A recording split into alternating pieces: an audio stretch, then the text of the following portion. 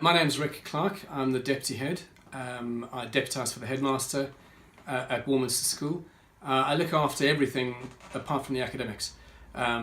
So pastoral care, discipline, day-to-day running of the school, welfare of both pupils and staff, operational management, all of that sort of stuff. And I've been in my position now for nearly 4 years. I think it's an area that I've always been interested in. In the last school I worked in, there was a lot of work on positive psychology, so it was something I knew about, and I'd seen the impact it could have.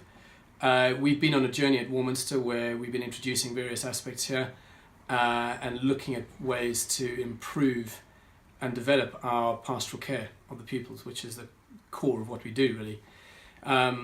So Al contacted us, and we were quite interested in what he had to offer, and I think the head and I spoke about it initially. What we liked was that, unlike some companies who are offering you something and then trying to lock in and stay with you and then keep charging you money, what we liked is the whole selling point here was this. Al's view was this is something that could transform what you do. It could have a huge impact both on staff and pupils, but I will help you and develop this and give you the systems, and then off you go, and then you can touch base as and when you need to, but you're not being locked into something here, and that was appealing. We then met with Al, myself, the head, and the head of the prep school, Phil Titley. We met on a grey, dank day in February. And we had a good chat. We felt that there was something really interesting here. We liked what was being offered. It's clearly academically sound. There's a lot of research that's gone into it. And it also, there was a sense that there was a no-nonsense approach from Al, that this is, it's not just happiness classes. There's sound psychological backing here. Lots of research, work around the world on this, and we thought there's something worthwhile here. We felt the next step then was to invite Al back to come and talk to staff, and to come in, and we gave him a hard task really, was to sell this in about half an hour to the academic staff, those who are at the coalface, who are working day to day with the pupils. And so he came down and spoke brilliantly, and really, I felt sorry for Al because he had to rattle through everything. A lot of really interesting stuff there. In fact, I had a staff member say to me, I wish we had an hour longer because that was really interesting.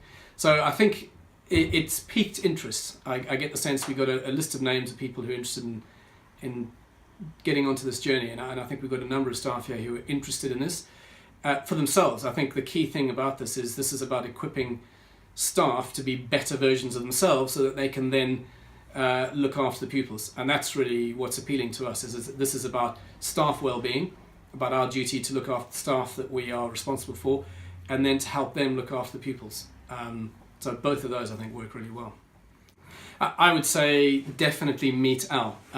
He's clearly enthusiastic. He's a zealot, but in a good way, because this is what he believes in. He's passionate about it.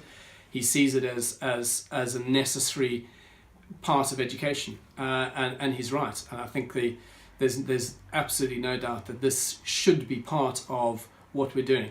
What was quite powerful for me is that Al spoke to us a bit about the challenges that young people face nowadays, particularly with the online world, which is not going away. I mean, we have to accept that's part of where we're going, and more and more it's going to integrate into our lives.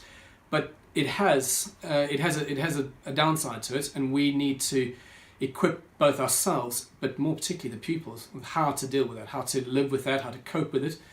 And I, apart from the sort of PSHE curriculum we have at the moment I don't believe we have enough on that. So for me, this offers a unique perspective on how to equip pupils and staff to deal with the world we're living in now. So I would say to senior members of staff, get Al in, have a chat, listen to what he's got to say, invite him to speak to staff, and then start the journey.